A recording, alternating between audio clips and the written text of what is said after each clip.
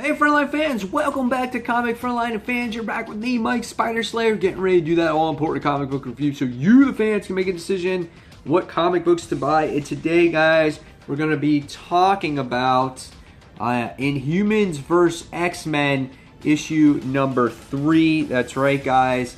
I've been preaching about this series for the whole entire time. I feel that this has been a really well-done series ever since the end of Death of X, going to issue 0 and issues number 1. Now we're on issue number 2.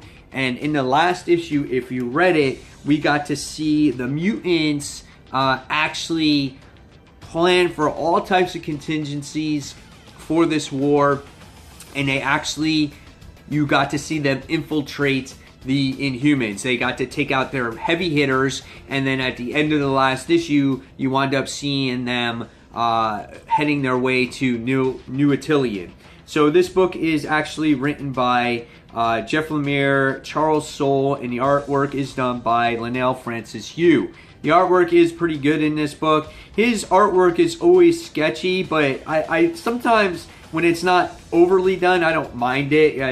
I don't know, for some reason it just reminds me of good, comic art. It's okay. It's fine with me. There's Human Torch there. There's Medusa. And just on the brink of attack in this actual issue, you wind up getting to see,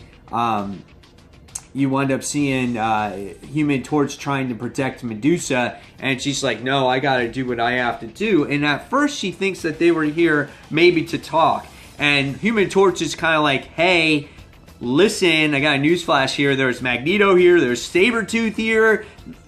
They're not here to talk, man. They're here to go to war. So after Medusa sits there and sends Johnny Storm off on his own, we wind up seeing Medusa getting ready to prepare for battle in the issue. Meanwhile, she sends out ISO and Inferno to be the next ones in charge, or to keep the new Inhumans going or whatnot. So it was really cool to see this issue kind of take place as you get to see Medusa again getting ready for battle, as she's really the only major heavy hitter left in the actual, I guess, out of the Inhumans. And they're trying to buy time to get Karnak back, to get Black Bolt back, because they can't get in touch with them. And in this entire issue, we get to just see the mutants continue to get the upper hand on the Inhumans, which is really cool, especially if you're a mutant fan. And every time you think that maybe the Inhumans are going to get the upper hand or somehow strike back, the mutants always find a way to prevail and beat their opponent.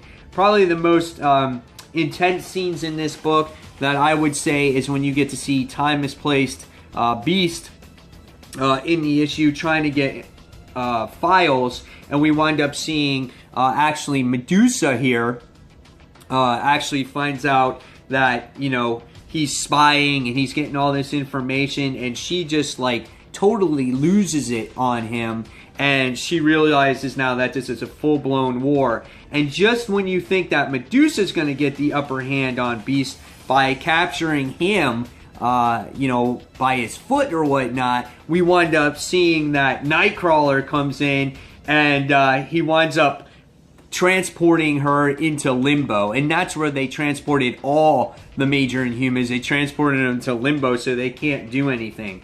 So towards the end of the issue, we wind up seeing ISO and Inferno in the book. They wind up trying to escape. They go through an Inhuman teleporter to bring him to a different location, and Wolverine and Angel were after them, and when they escape, they wind up going to a different dimension or a different time, and they come face to face with Logan, old man Logan, at the end, and he's like, yeah, this ain't your lucky day there, bub.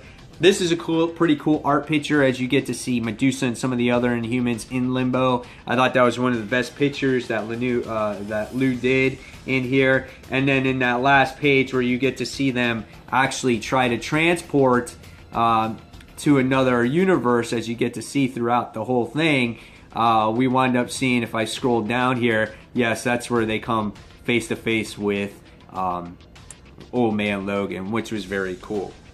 So overall, what did I think of this actual issue? I thought this was a good book. I loved seeing the mutants getting the upper hand here. Right now, if you're a mutant fan, you're loving this, especially if you're hating the Inhumans.